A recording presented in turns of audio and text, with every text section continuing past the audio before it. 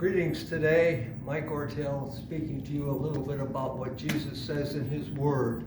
It's interesting. If you looked at Pauline epistles, you notice the first half of each of Paul's letters to these churches or people. It's very theological, but it's always a warm greeting. He starts with a nice invitational, warm greeting to all the readers, or reader, such as Timothy. But as he wakes through the epistle, it turns to very practical stuff that we might say is in the book of Proverbs or in James. And at the end of the book of Romans, which is very theological, it's a beautiful book. It's the heart of righteousness by faith, you might say, along with Galatians. But it starts off by saying that as he's kind of winding down, he wants to say to everybody, to the church at Rome, I and my friends here, we're greeting you.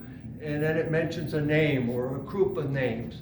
And for completely 17 times in that last chapter, it's saying, we greet you. And it mentions who is greeting who. And it's just warm sort of stuff. And I believe that regardless of how theological or heady we may become in dealing with good theology, even as it applies in a practical way, you got to get to the heart with people. Facts do one thing for the head, but the heart is really where the conversion comes. And it's very hearty, if you might want to say. Facts, feelings, these facts don't necessarily warm up a person, but are good truths. But it mentions greeting this church and greeting these people and all of that. And we're going all these verses from 3 all the way down to 16. There are 17 greetings to people. And I wonder if your life is that way. Because at the last greeting there in verse 16, the whole group where he was, as he's giving the Romans greetings to different people, he ends up and says, greet everyone with a holy kiss. Now, grant you, we don't go around kissing people today, but there is a purpose behind this, that God wants us to be seeing people and communicating a heart-warm love or expression of greeting or some emotional thing, like, you're my friend, you're my buddy, and we really have good feelings about you. And a church should be that way. Reason to say this, it says, I have talked to a number of people just recently, and they say, I was looking for a place to get married. 2 couples, different times, different settings.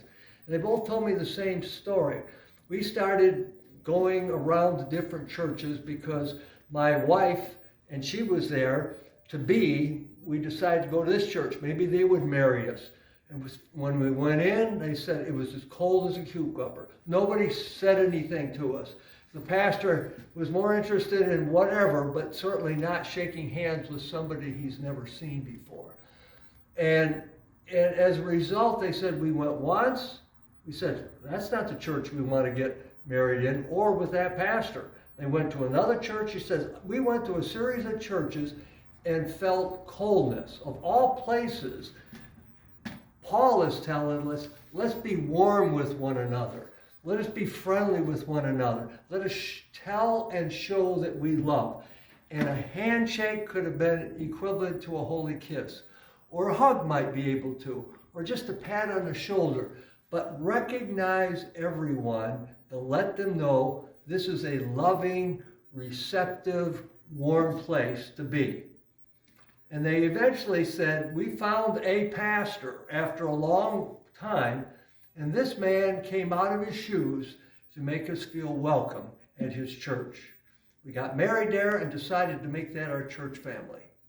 Warmth from your heart, from God's heart to your heart to the other people, goes a long way in representing Jesus and bringing joy to wherever you are.